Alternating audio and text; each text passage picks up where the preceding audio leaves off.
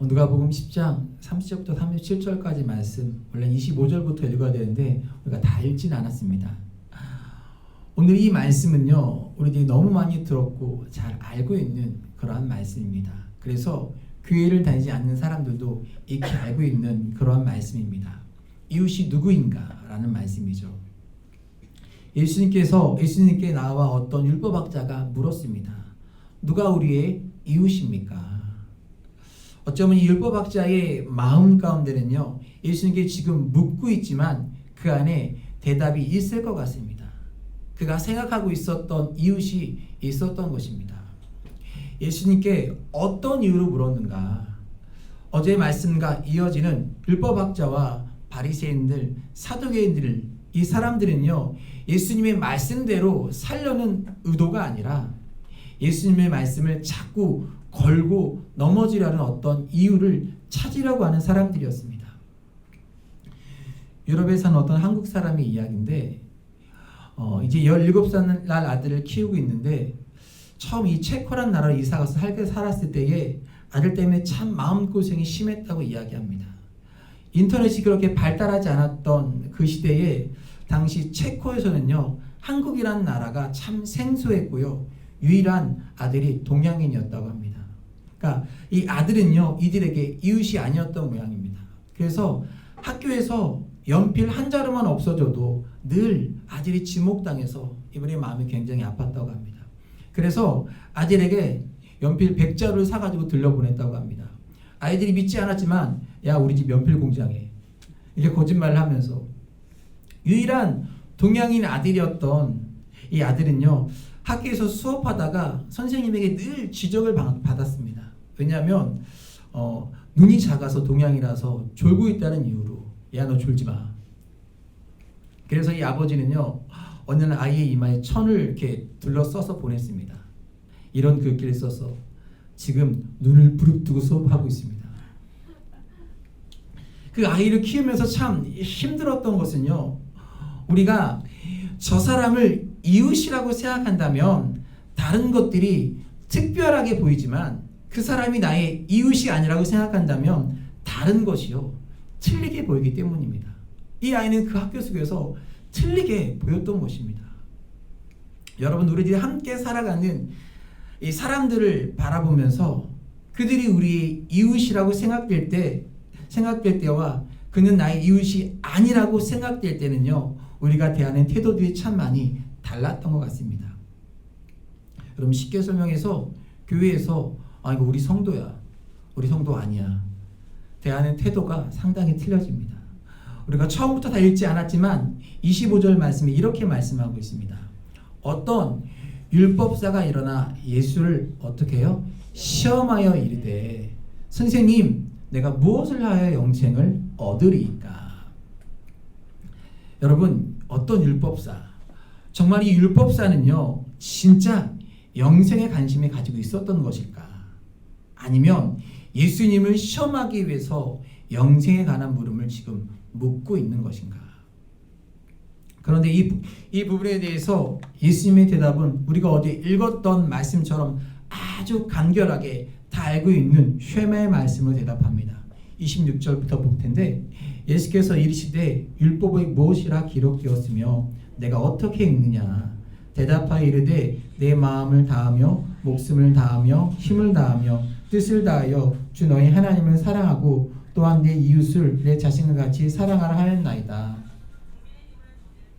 여러분, 어제의 말씀과 이어지는 부분인데 지식적으로 우리들이 다 알고 있는 것입니다. 그런데 우리의 문제는 지식적이고 분석적이라는 것입니다. 이 말씀이 우리들 안에서 고백되고 실천되고 있지 않다는 것입니다. 이 동일한 질문을요, 요한복음 3장에 니고데모도 예수님께 가지고 와서 물었고요, 어제 말씀에 나왔던 율법학자와 바리새인과 사두개인들도 동일한 질문을 가지고 나왔었습니다. 여러분, 그들은 왜 예수님께 나와서 동일한 영생의 질문을 가지고 묻고 있었을까?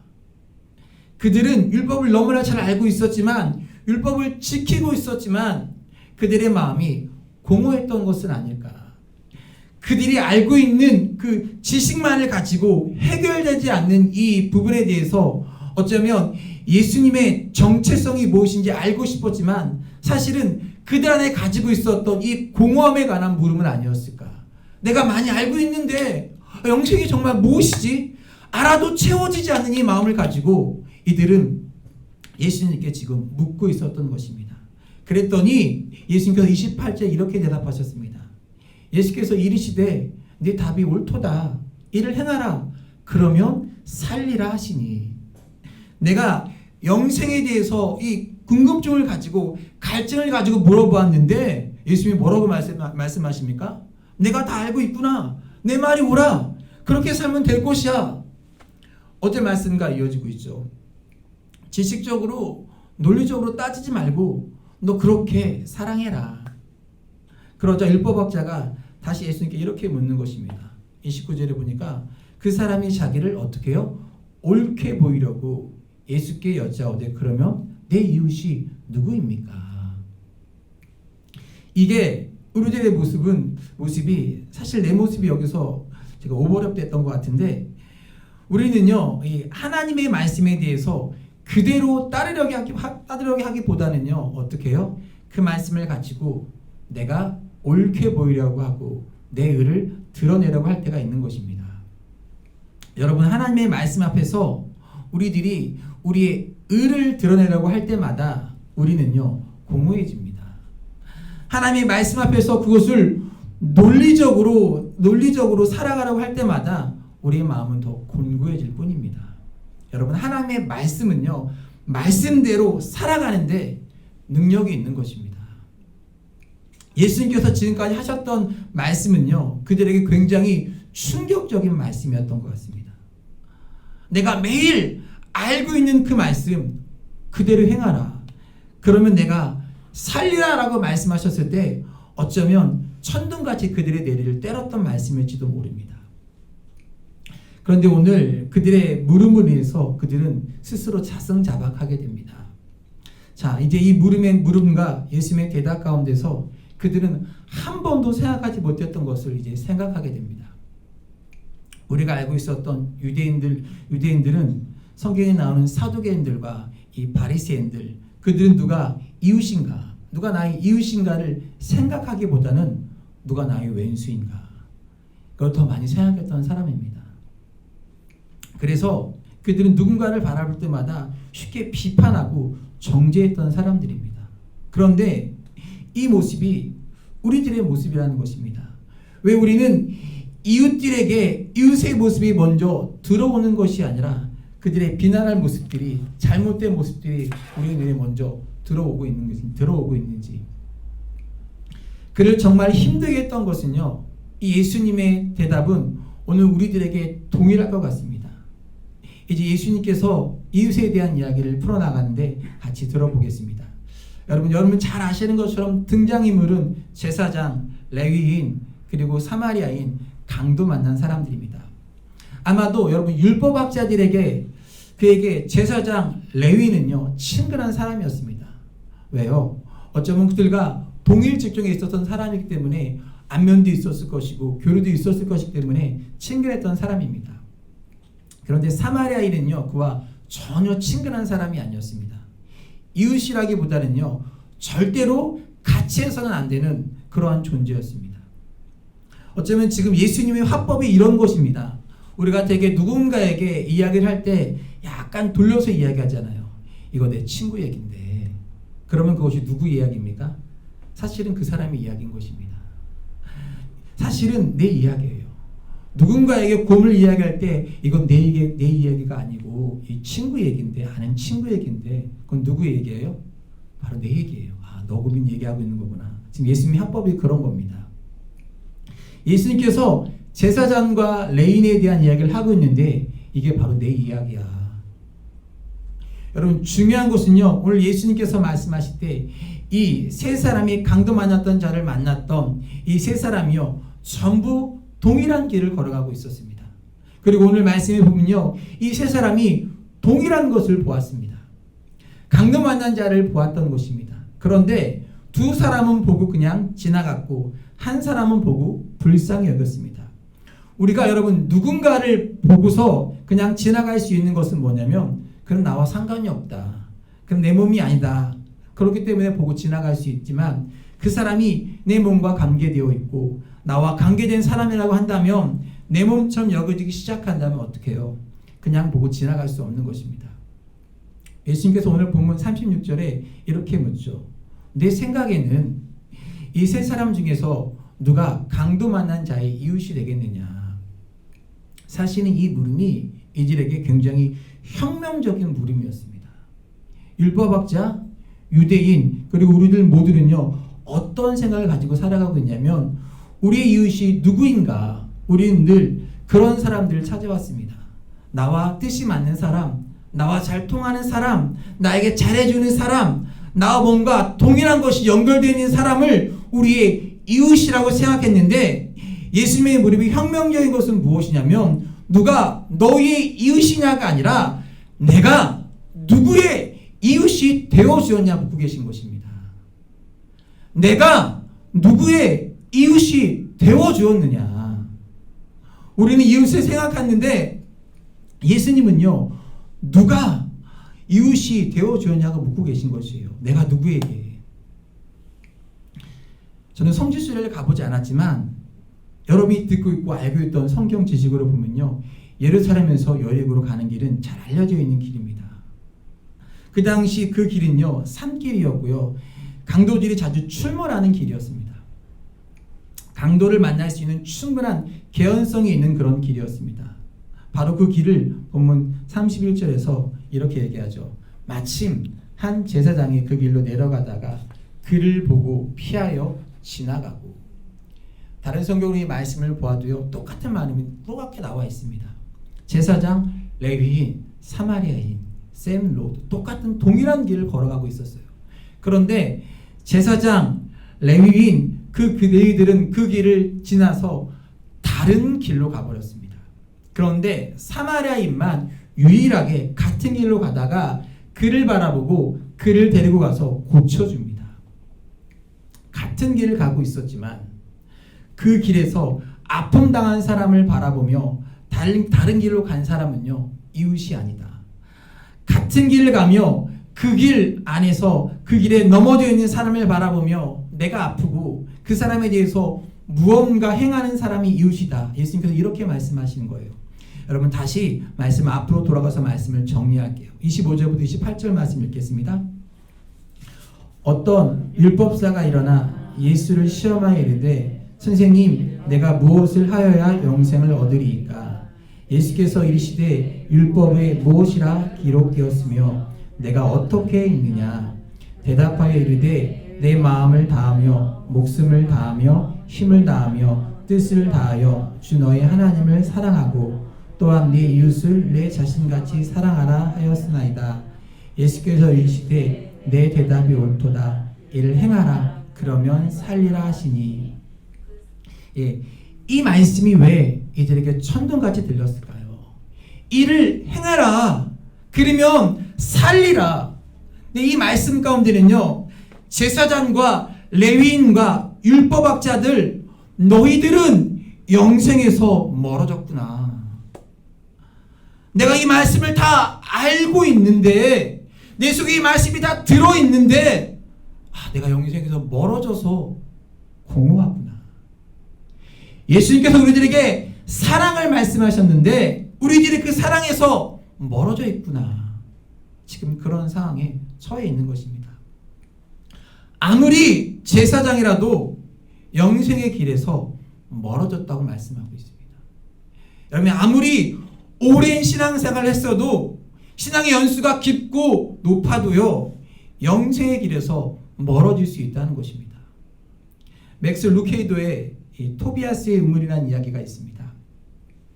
사막 한가운데에 자리 잡은 마을 사람들은요 물 걱정할 필요가 없었습니다. 왜냐하면 우물의 주인인 이 토비아스가요 물을 거저 주었기 때문입니다. 어느 날 토비아스는 아들과 함께 먼 길을 떠나며 하인에게 누구든지 물을 거저 주라고 우물 관리를 맡기고 떠났습니다. 근데 하인은 모든 사람에게 물을 거저 주었지만 얼마 지나지 않아서 자기에게 감사를 표하는 사람에게만 물을 주었습니다.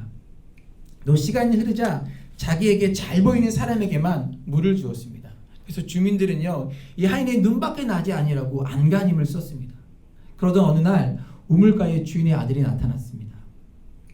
그는 하인을 꾸짖고 주민들에게 예전처럼 마음껏 물을 가져가라고 했습니다. 주민들은 이 나쁜 짓을 한 이 하인은 물을 주지 말라고 했지만 아들은요, 하인에게도 물을 주는 것이 아버지의 뜻입니다 라고 하면서 종을 용서하고 그에게 물을 줍니다. 하나님은요, 내게 많은 책임을 맡기셨다. 주인과 같이 모든 사람을 용서해야 하는 책임까지도 말이다. 진정한 사랑은 모든 사람을 용서하는 것이다. 누가 내 이웃이냐? 그것을 우리에게 묻고 있는 것이 아니라 내가 누구에게 이웃이 되어주었냐라고 하는 이 말씀은요, 우리들에게 하나님의 사랑을 인해서 내가 끊어야 되는 고리가 있다. 여러분, 우리가 중국 영화를 보면요, 어렸을 때 보면 참 이해가 되지 않는 부분이 있었어요. 중국 영화는요, 늘 원수 갚는 것이 등장합니다. 여러분, 너무 불합리한 겁니다. 저놈이 내 아버지를 죽여서 내가 그 아버지를 죽입니다. 그러면 이 아버지 자식은요, 이 사람에게 또 원수가 되는 겁니다. 무협 영화를 보면은요, 막 어렸을 때 막 죽도록 무공을 연습해가지고요, 원수를 갚습니다. 그럼 또 원수를 낳는 겁니다. 우리들이 원수를 갚고 내 이웃이 될 만한 사람을 찾아간다고 하는 것은요, 우리들의 인생의 문제가 해결되지 않는 것입니다. 용서는요, 미움의 고리를 끊는 것이고 내가 복수를 하면 해결되는 것이 아니고요, 나에게서 용서하고 내가 그에게 이웃이 되어주지 않으면 그것은 안 되는 것입니다. 여러분, 이 말씀에 나오는 제사장이요, 성직자인데 그가 성직자가 되기로 마음먹었을 때 그는 하나님을 뜨겁게 사랑하지 않았겠습니까? 그런데 어느 순간 그의 마음 가운데 그런 마음들이 사라져 버렸습니다.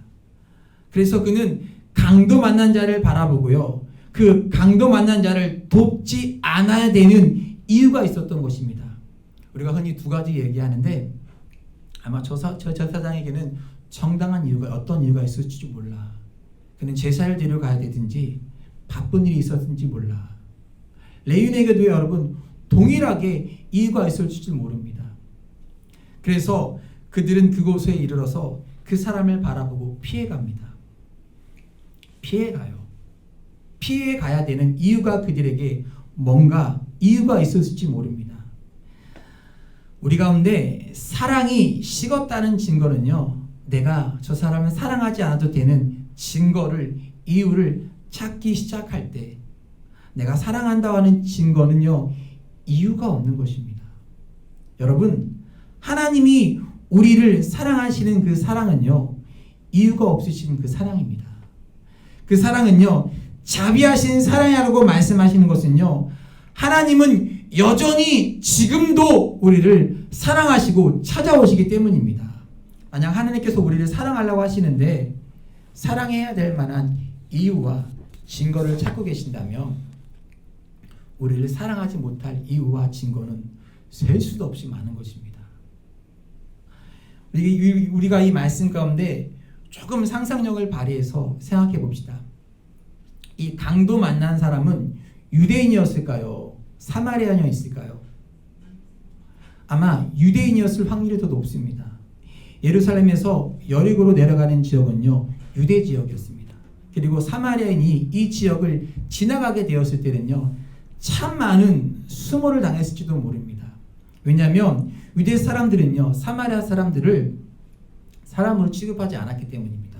그러니 이 사람이 유대인일 확률이 더 높습니다.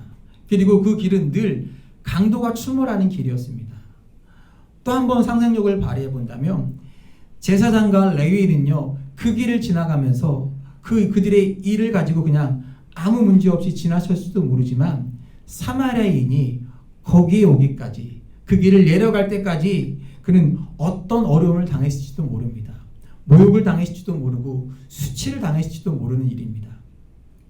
그러니 자기에게 이 모욕을 주었던 유대인이 강도를 만나 그 지역을 지나가며 그렇게 수치를 맛보았던 그가 그가 유대인을 바라보았을 때 그는요 그냥 그를 놓고 갈 수 있는, 그를 버리고 가도 되는 이유가 그에게는 많이 있었던 것입니다.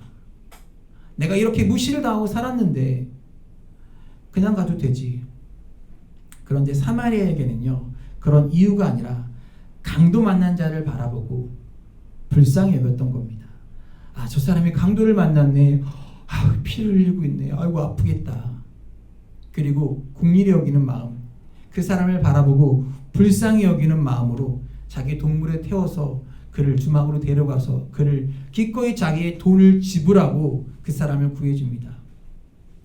이웃이 될 수 없는 사람에게 이웃이 되어 주었을 때 예수님은요 너희들이 듣고 안 그대로 행하라, 그것이 영생이라고 말씀하고 있습니다. 여러분, 이스라엘은요 우리나라와 비슷한 역사를 가지고 있습니다.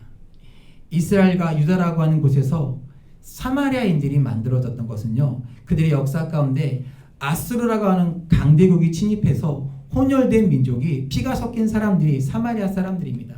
근데 유대인들은요 그 사마리아 사람들을 경멸했습니다. 우리나라 역시 몽골의 침입으로부터 수많은 여자들이 피해를 받고요, 실제로 우리나라에는요 중국에서부터 들어온 성씨들이 많이 있습니다. 무엇보다도 가슴 아픈 일은요 임진왜란을 겪었던 일, 일제 치하 30년을 겪으면서 위안부라는 이름으로 많은 여인들이 아픔을 겪어야 했습니다. 그런데 우리는요 이것을 아픔으로만 여긴 것이 아니라 수치로 여기는 경향이 있었습니다. 그래서 가까이 하려 하지 않았습니다. 동정을 할 수 있지만 이웃이 되어주지 않았고요, 다른 길로 돌아가 버렸습니다. 말씀을 준비하다 보았던 자료 가운데 혹시 여러분 이태원이라는 지명의 뜻을, 이름을 알고 계십니까? 이태원 클라스 생각하지 마시고 조선시대 말입니다. 우리나라의 지역과 행정구역을 이렇게 설명하는 어떤 책이 있었는데 그 책에 이태원의 기원이 나와 있었습니다. 이태원, 지금은 배나무가 많은 동네로 사람들이 알고 있기도 한데 원래는요 그곳에 절이 있었다고 합니다. 임진왜란 때 외놈들이 와가지고요 그 절을 장악하고 그 절에 있었던 여승들, 비구니들을 겁탈합니다. 그래서 비구니들이 단체로 임신을 하죠. 근데 임진왜란이 끝났습니다. 끝나면서 어떻게 했냐면 그 절을 불태우고 갔어요. 근데 그 절에 남아있던 비구니들이 임신해가지고 더 이상 식려가 될 수가 없었습니다. 근데 아이들이 그 동네에 태어났어요. 그 아이들은 피가 섞인 아이들, 그 아이들은 한국인도 아니고 일본인도 아니고 버림받은 아이들이었습니다.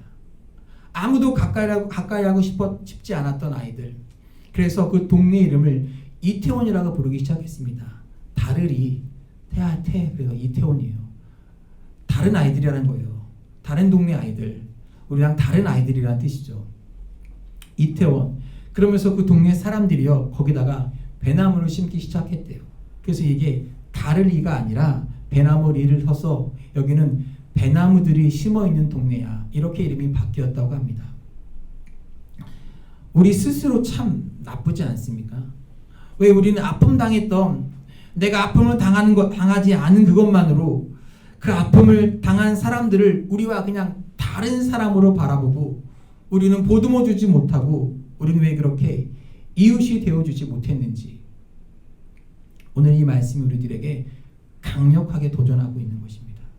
우리가 복음을 알면 하나님께서, 예수님께서 우리에게 말씀하시는 그 하나님의 마음을 생각하면 우리들이 알고 있었던 삶의 패러다임이 바뀌는 것입니다. 누가 나의 이웃이냐는 문제가 아니라 이제는 내가 누구의 이웃이 되어줘야 합니까? 내가 누구의 이웃이 되어줘야 합니까? 예수님의 모습을 보십시오. 복음서에 가난한 자와 병든 자와 소외진 자를 향해서 예수님은 늘 먼저 다가가셔서 친구가 되어주었습니다. 우리들에게 깨닫게 하시고 보게 하시고 이웃을 사랑한다고 하는 것은요, 이제 우리들이 다른 마음으로 다른 생각으로 그들을 보기 시작해야 할 것입니다. 혹시 우리 주변에 우리가 만나는 사람들 가운데서 아파하고 힘들어하고 어려워하는 그 사람 가운데 사실은 우리가 이웃이 되어줘야 하는 사람들이 누구인가? 저나 여러분이나 저놈은 정말 나쁜 놈이야, 용납이 안 돼. 그런데 하나님은요, 오늘 우리들에게 얘들아, 이유를 찾지 말고 내가 이웃이 되어줬으면 좋겠다. 그러면 내가 살리라 라고 말씀하고 계십니다. 하나님이 우리들에게 자유함을 주실 것입니다. 여러분들이 이웃 되어주지 못하는 것 때문에 여러분들이 혹시 깜깜한 감옥에 갇혀 있을지도 모른다는 것입니다. 성경이 말하죠. 진리를 알지니 진리가 너희를 자유하게 하리라. 내가 누군가의 이웃이 되어줄 때 하나님의 사랑이 우리 안에 가득하게 될 것입니다. 오늘 이 말씀을 붙들고 우리가 아는 것으로 끝나는 것이 아니라 내가 그대로 행하라. 이 말씀이 오늘 우리를 붙잡아주고 여러분을 붙잡아 주시기를 간절히 축원합니다.